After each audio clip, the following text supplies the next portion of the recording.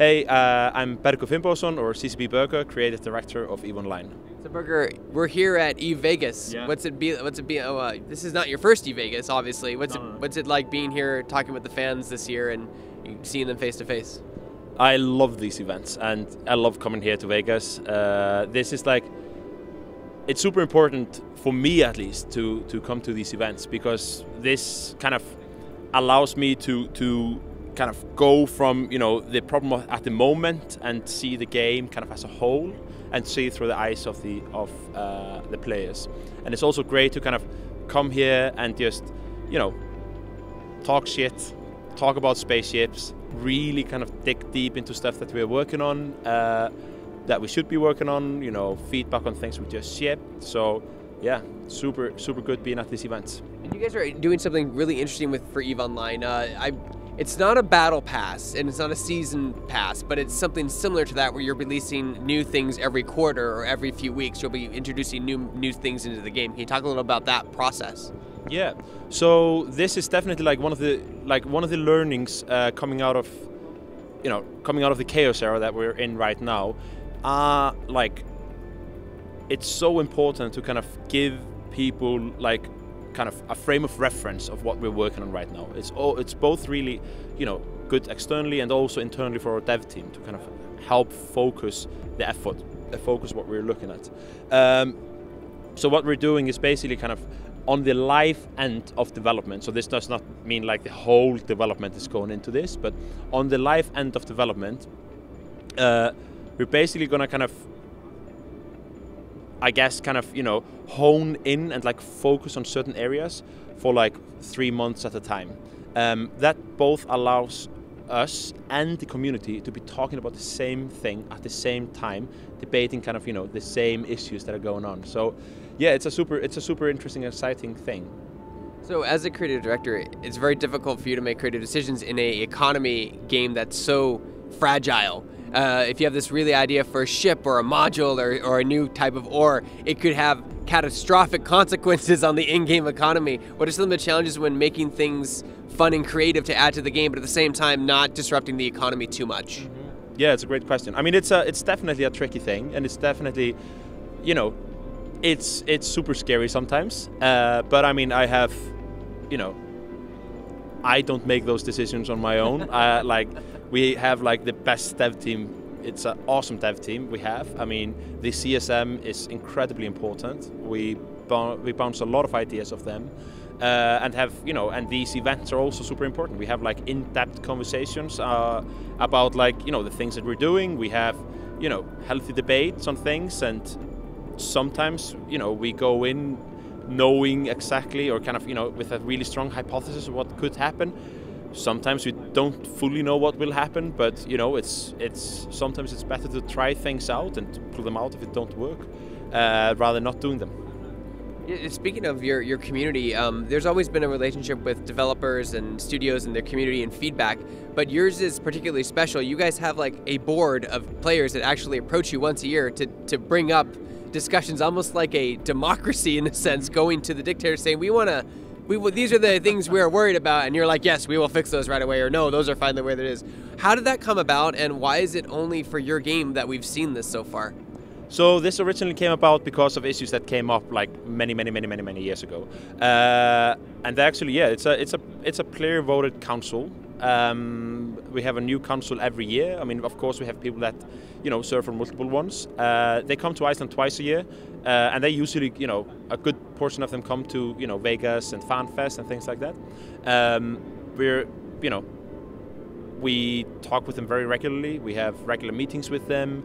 We're in direct contact with them. A lot of developers are just in direct contact with a CSM member that has specialities in certain areas, and it's incredibly important for us and for our development to push things forward.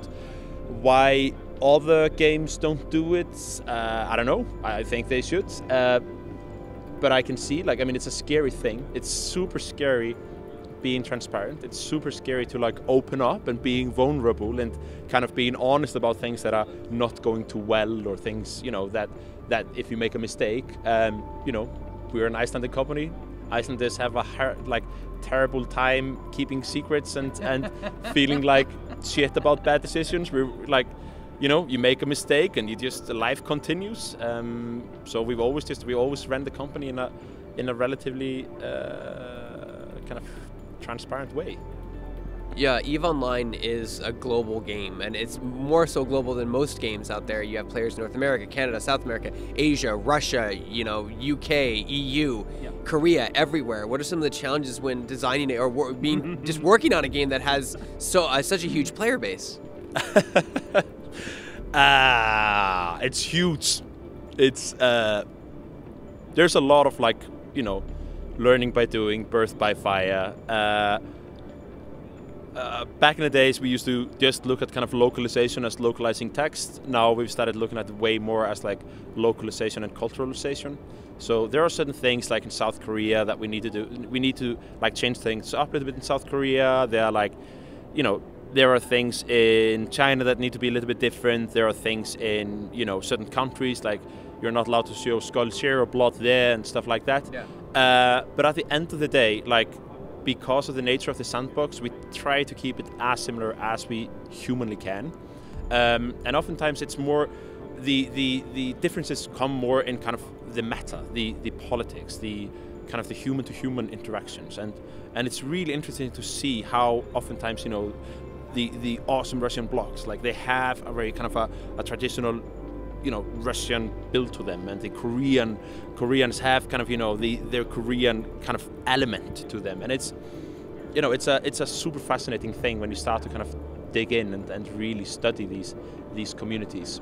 Expanding more on that, can you talk about how the player base in North America plays differently than the Russian community or the China community or the EU community? Do you see differences in how different segments of the world play the game? Do you see more PvP on the North American side and more PvE on the Russian side, that kind of stuff?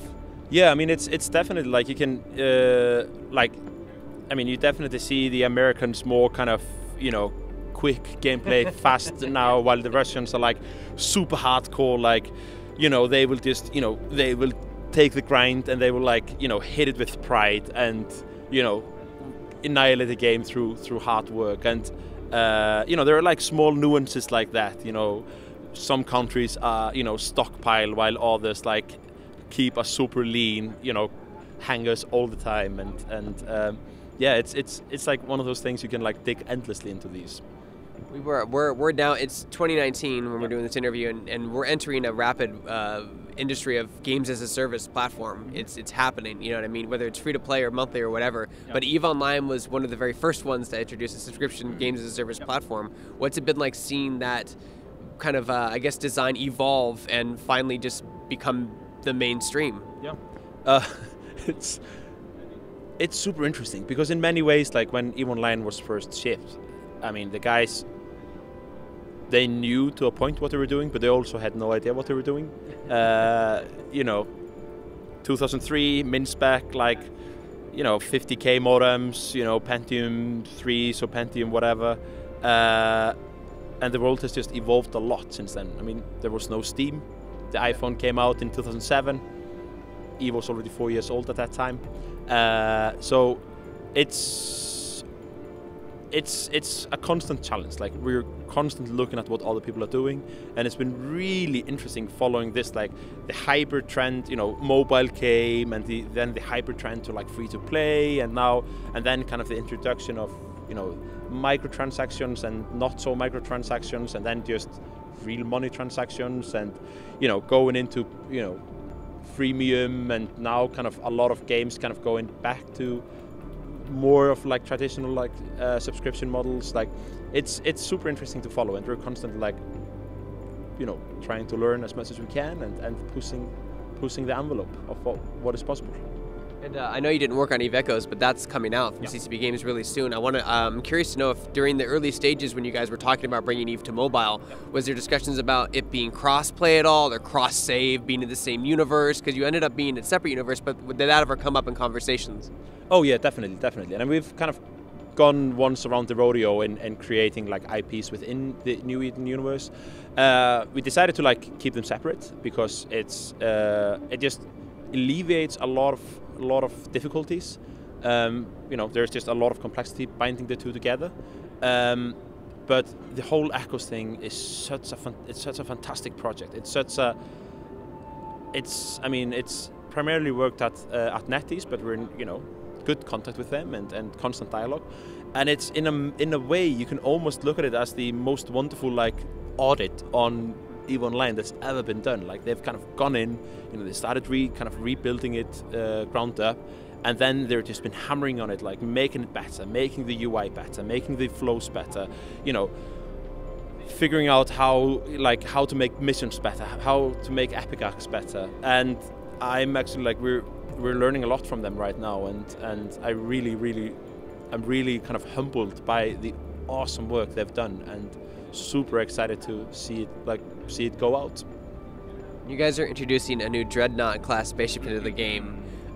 What's it like when you introduce something like that to the public servers, you know, outside the test servers, and see the chaos that ensues or doesn't ensue when you release a ship of that magnitude into the economy?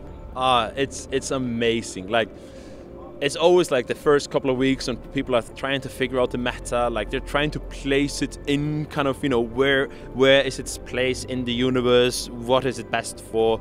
A lot of speculations. People like try to figure out, you know, beforehand how to best utilize it, and then it kind of shows up, and you know, one stat is tiny bit different or something. It like offsets the whole thing. But yeah, it's always super exciting. It's always super exciting, like introducing capital ships, because it's a huge effort making them. Costs a lot of resources, costs a lot of ISK, and yeah, usually gets people going. So what can players playing EVE Online look forward to in 2020? They can definitely look forward to like more regular cadence when it comes to like changes, meta changes, login rewards, stuff like that. I think there's going to be the chatter is going to like definitely go up. People are going to be speculating way more, because as we hit a new quadrant, we will introduce the name of the next quadrant, but we won't go into any details, so people can speculate. They can start to like feel more excited about what's going on. I think we will start to see way more people actually coming in and sticking around for longer, more meaningful stuff for new players to do. I think we're gonna, you know, we will definitely see some changes that will shake up the meta of the game.